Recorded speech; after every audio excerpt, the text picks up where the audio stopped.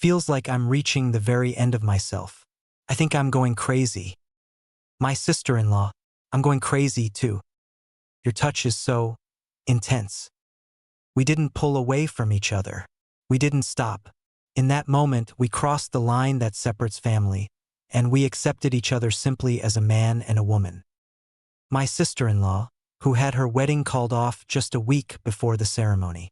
She was someone I had cared for like family for so long, and all I wanted was to be there for her, to quietly stand by her side. I only meant to help her heal her wounds. How did that simple desire twist and bloom into this raw, undeniable longing? My name is Robert, and at 51, it had already been 3 long years since I said goodbye to my wife, Carol. Now, whenever the anniversary of her passing came around, I would clear my entire day to sit in front of her photograph. That day was no different. I set up a small table in the quiet center of our living room, placing her smiling picture there. I lit a candle, the flame flickering softly, and I began to speak to her in my heart. Asterisk, you doing okay? Honey, I'm here again right on time. Asterisk. In the picture, Carol was smiling, as bright and warm as she always was. Linda, Carol's older sister, was 48. She was divorced, raising 2 kids on her own in a small house not far from her parents. After I'd had my quiet time with Carol's memory, Linda came and sat beside me on the sofa. She seemed hesitant, glancing at me before speaking in a low, worried voice. It's about Megan, she started. She called off the wedding, a week before the ceremony. The words hung in the air.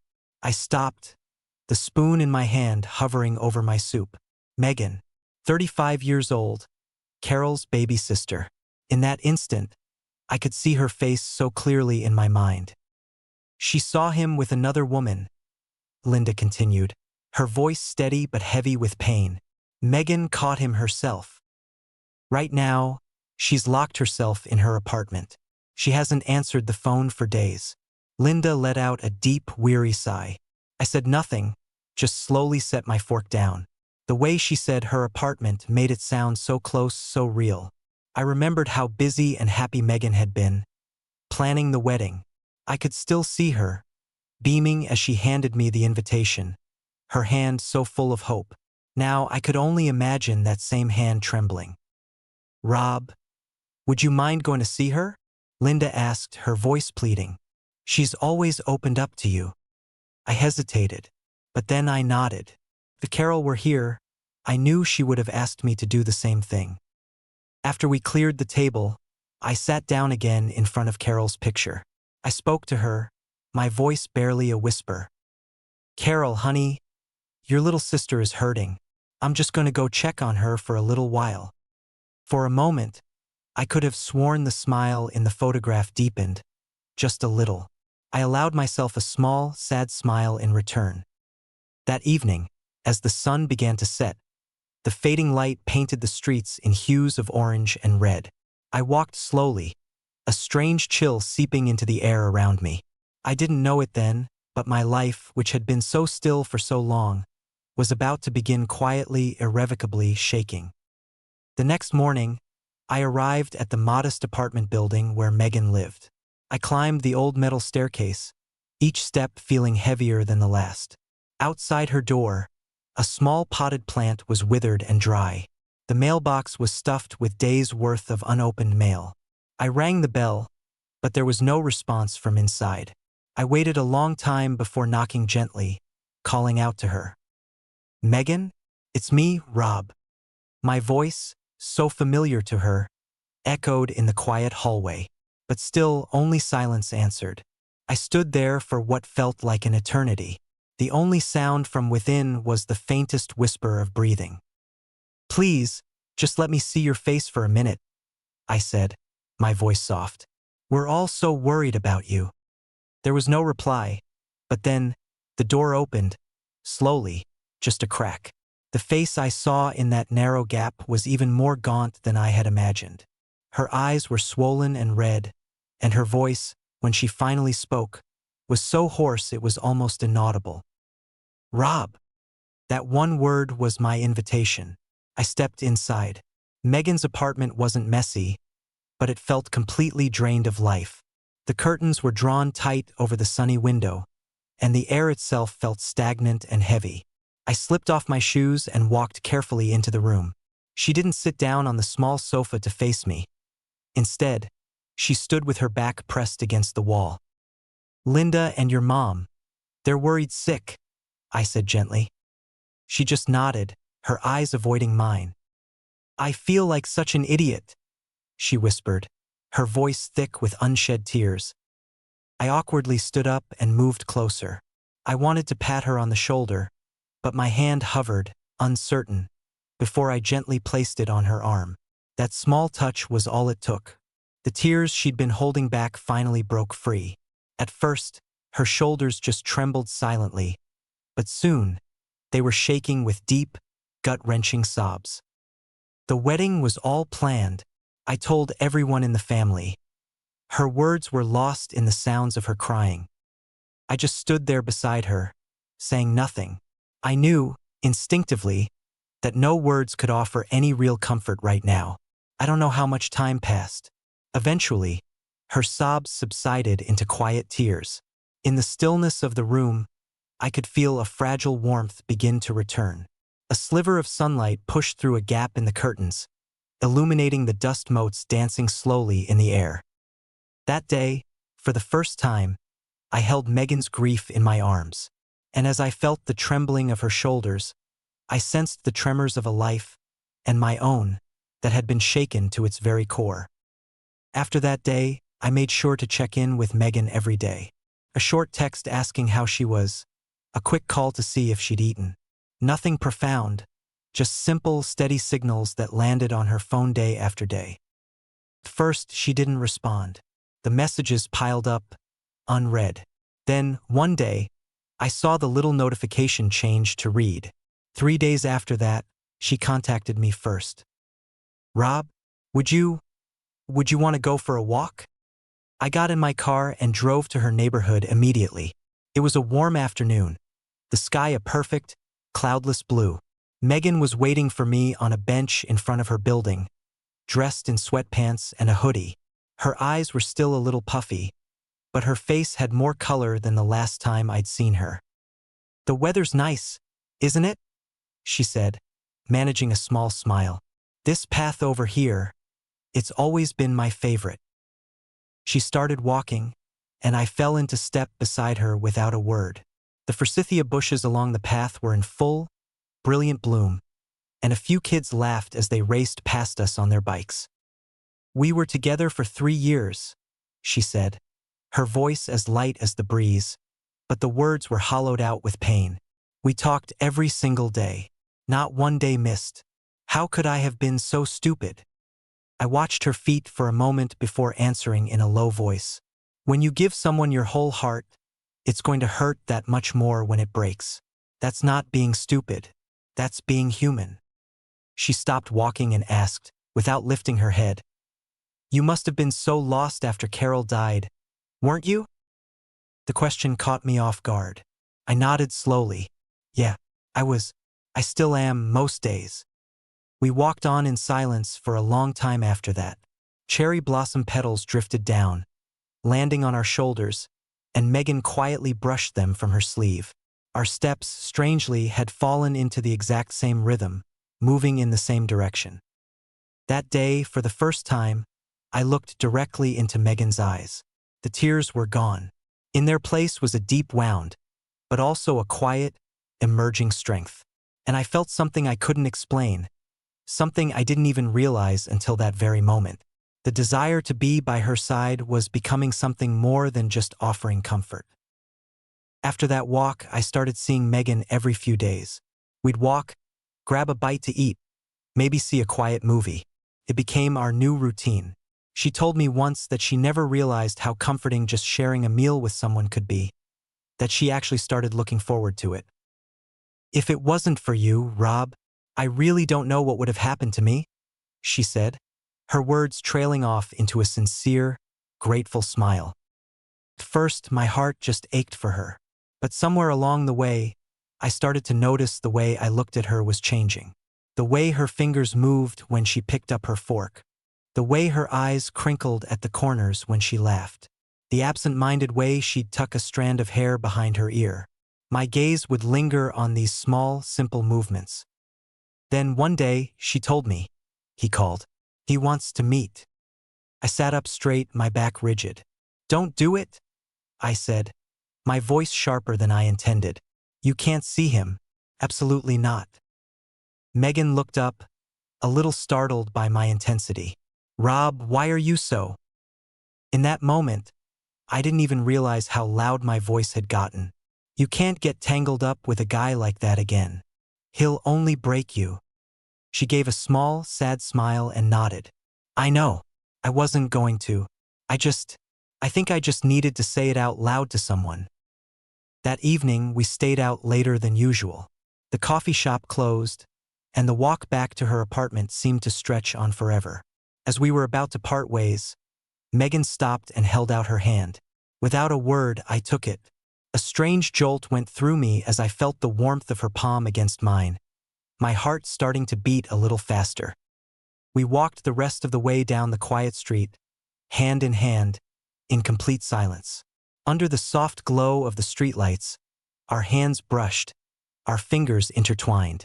We'd pause, looking at each other for a few seconds longer than we should have.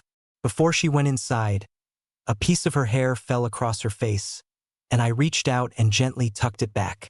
As my fingertips grazed her skin, I felt her breath catch, a tiny, almost imperceptible hitch.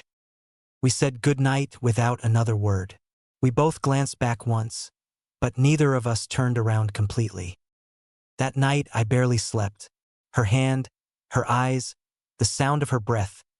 It all kept replaying in my mind, and I knew, with a certainty that both thrilled and terrified me, that this feeling had long since crossed the line from comfort into something else entirely. As if she knew what I was thinking, Megan showed up at my house the next night. Rain was in the forecast, but she didn't seem to care. Let's watch a movie, she said, her tone light. It's nice to just stay in, right? I just nodded, my throat too tight to speak. I turned on a soft lamp in the living room and set 2 cans of beer and a bowl of popcorn on the coffee table.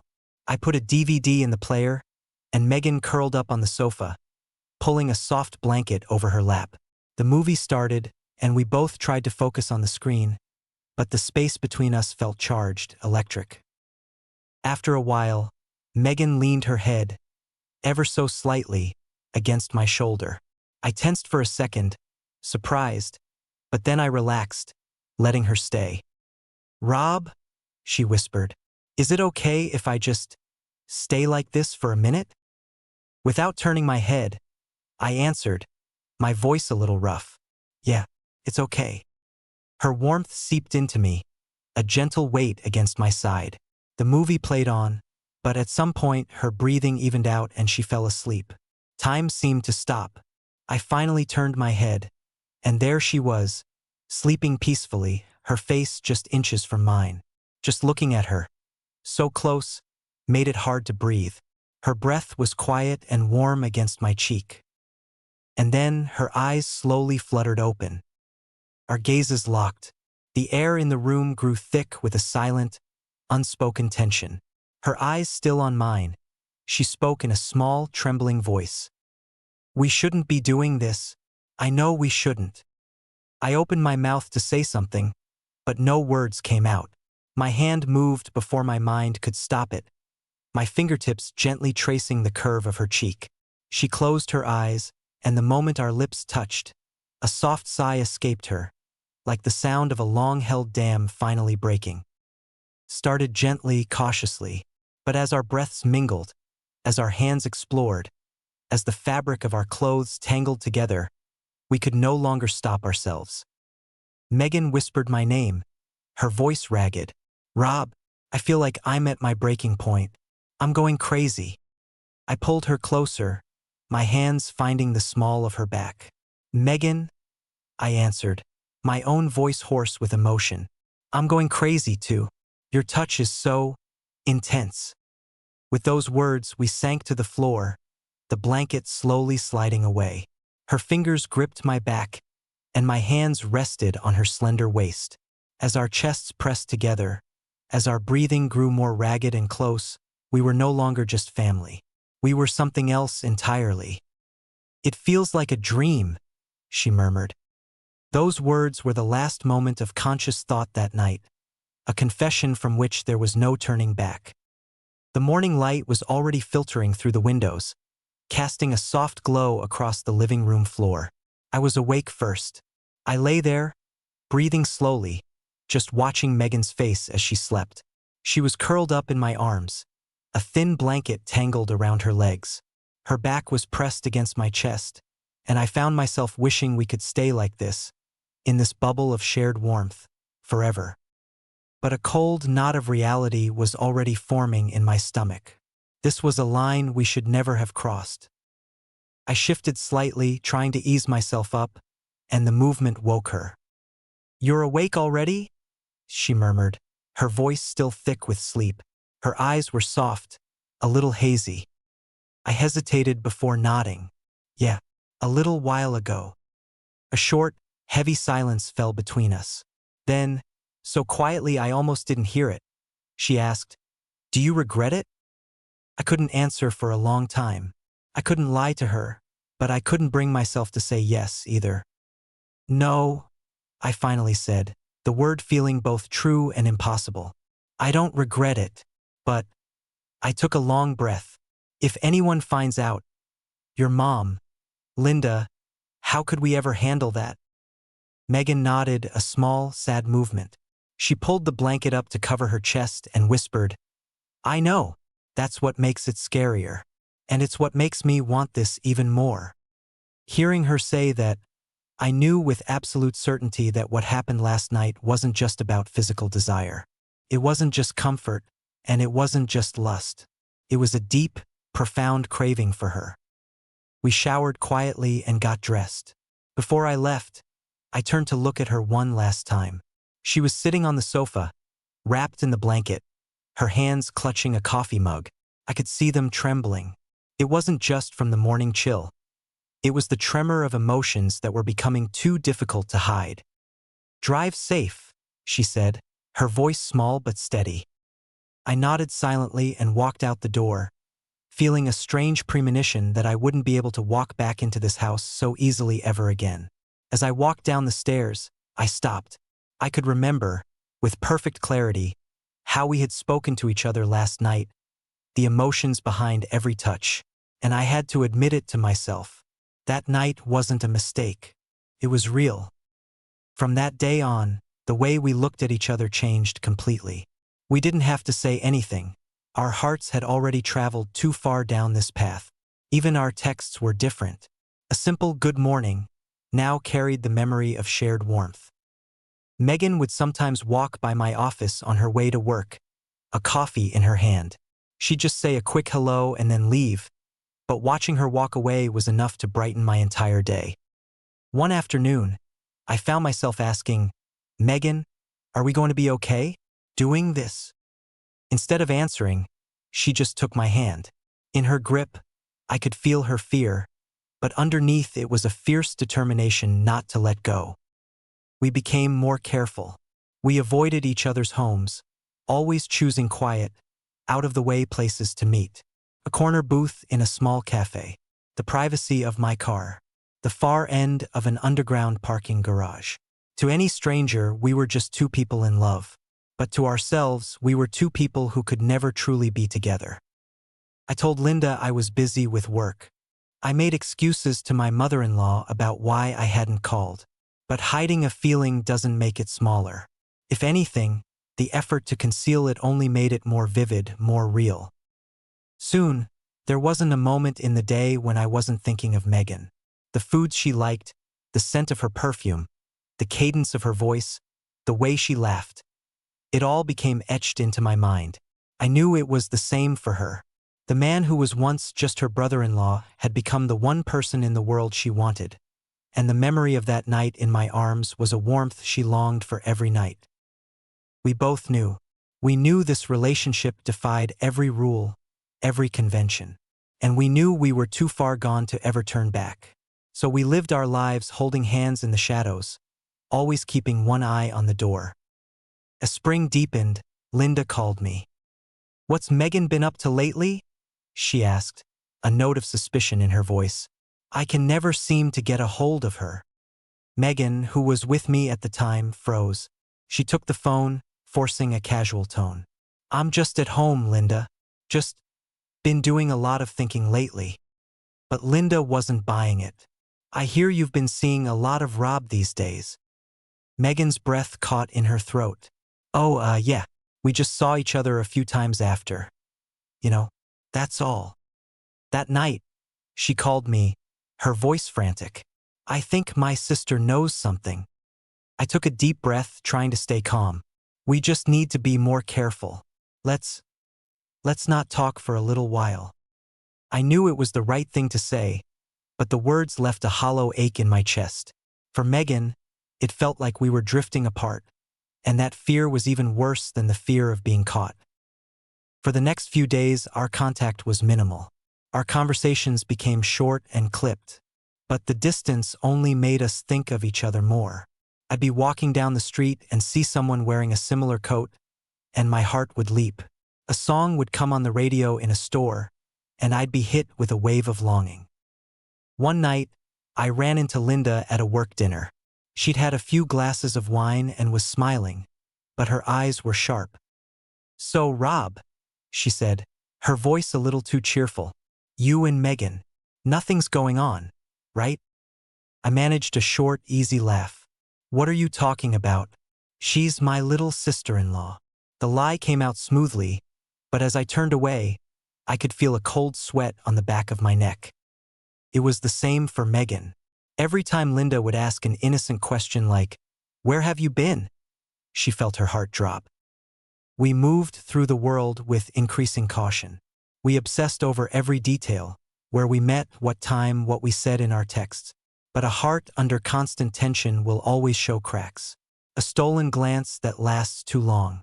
A hand that hovers too close. A look shared across a quiet room. Every little thing was a risk. And that risk was about to become a reality. That Sunday afternoon, Linda was on her way home after running some errands. As she passed by Megan's apartment building, she glanced up, and her steps faltered. Through the window, she saw a familiar silhouette. To be precise, she saw my silhouette. Linda stopped, pulling out her phone to check the time. A Sunday afternoon. Why would Rob be here? The seed of suspicion bloomed instantly into certainty. Without hesitating, she walked into the building and up to the third floor. When she reached Megan's apartment, she found the door wasn't fully closed. Through the tiny crack, she could see directly into the living room. And there, she saw Megan kissing me. We were standing there, our eyes closed, lost in the quiet moment. Just as our lips parted, Megan placed her hand on my cheek and whispered, "Rob, right now, can I not call you that? Just for tonight. Could you just be a man, not my brother-in-law?" I smiled softly and nodded. "Just for tonight." As we moved to kiss again, a voice cut through the air, sharp as glass. "What do you two think you're doing?" Linda's shout ripped through the quiet apartment. Megan froze, her body rigid. I spun around, my eyes wide with shock. The door was wide open, and Linda was standing there, staring at us. Her face was a mask of disbelief, anger, and profound hurt. "With my sister? Is this what's been going on?" Her voice trembled, and that tremor quickly erupted into raw fury. "Carol hasn't even been gone that long. What in God's name are you doing?" Megan stumbled forward, sobbing. "Linda, I'm sorry." "I'm so sorry." Linda held up a hand, stopping her. "I saw you. I saw you kiss him. I saw everything." I stood there, frozen, unable to utter a single word. Linda fought to control her breathing, her jaw clenched. "I'm telling Mom," she said, her voice cold. "I'm telling her everything. This isn't something human beings do." Megan's lips trembled as she bowed her head, tears falling silently to the floor. As Linda turned to leave, Megan's desperate voice stopped her. Linda, please, don't tell Mom. Please, I'll end it. I'll make it right. For the family, it'll be like nothing ever happened. Linda paused at the door. She turned back, her eyes filled with a pain I couldn't bear to look at, and spoke one last time. Just handle this in a way I can live with, because I can't watch this anymore. The door clicked shut, leaving the two of us standing in the wreckage of our secret. And in that deafening silence, we both knew. This was a truth that could no longer be hidden, but a burden we would now have to bury ourselves. A few days later, Megan packed up her apartment without a word. She left most of the furniture, taking only a single small suitcase. Her last words to Linda were brief. "I'll keep my promise. Please, don't ever tell the family." Linda had simply nodded. There was nothing more to say. After Megan left, I would just stand in my empty living room, staring at the spaces she used to occupy. The spot on the sofa where she'd sit, the back of the cushion where she'd rest her head. Everything was exactly the same, yet it was all gone. Every day, I'd pick up my phone, trying to think of an excuse, any reason, to call her. But she left no word, no forwarding address. She had simply vanished. About a month later, I heard a whisper of news through a friend of a friend.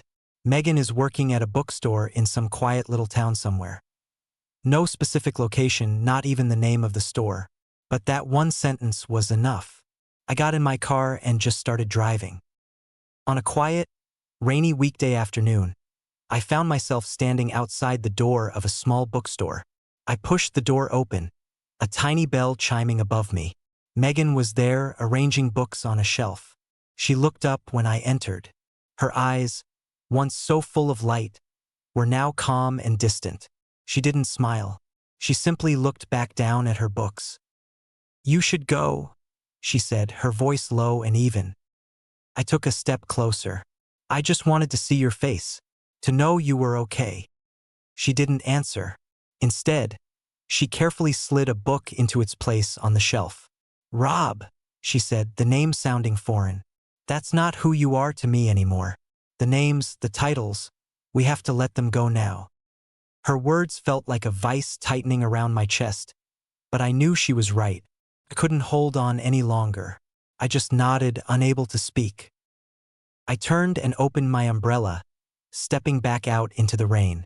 As the door closed behind me, I murmured one last thing, just for myself. I was happy. When I was with you, I was truly happy. The door clicked shut. The air outside was cold and damp with rain. I held the umbrella over my head and slowly started walking away. Our story was over. But somewhere, in a quiet corner of my memory, the warmth of her was still there. I tried to go back to my old life. I tried so hard. But the space Megan had left behind couldn't be filled by anything else. Time just kept moving forward silently. The rooms in my house were the same, but the air in them had grown cold. Every time I sat on the sofa, every time I made coffee at the kitchen counter, a ghost of a memory would flicker to life, a moment when she had been there. Whenever that happened, I would close my eyes. The more I tried to tell myself it was over, the more deeply her warmth seemed to be ingrained in me. What we had, for a time, was love. It didn't just leave a scar. That love forced me to look at myself, and in the ruins of my heart, it left behind a small seed of possibility. One day, I caught my reflection in the mirror and a thought surfaced, unbidden. Could I ever love someone again? Megan was building a new life, a quiet one. The customers at the bookstore were kind, always greeting her with a smile. Her gaze had become stronger, more resilient. She made new friends. She even started taking solo trips, discovering a surprising contentment in sitting on a park bench in a new city, just reading a book. She told herself my love story ended, but my life didn't. And it was true. She hadn't broken. If anything, she had become stronger, learning how to find the space to smile again. And so had I. I wasn't ashamed of the love I had felt. I didn't run from the responsibility for my choices. It was the wrong love, yes, but it was also real. It wasn't just a story of collapse and ruin. We never saw each other again, but somewhere deep in our hearts, she remained for me, and I for her, like a season that had passed but left its warmth behind. Sometimes, on a certain kind of day, a breeze might blow that felt just like the one on the path where we used to walk. And maybe, in that moment, we both would turn our heads in the same direction, looking for something that was no longer there. We wouldn't see each other's faces, but in that quiet space in our chests, the echo of the other's breath would still be there, a tiny, faint, and living thing.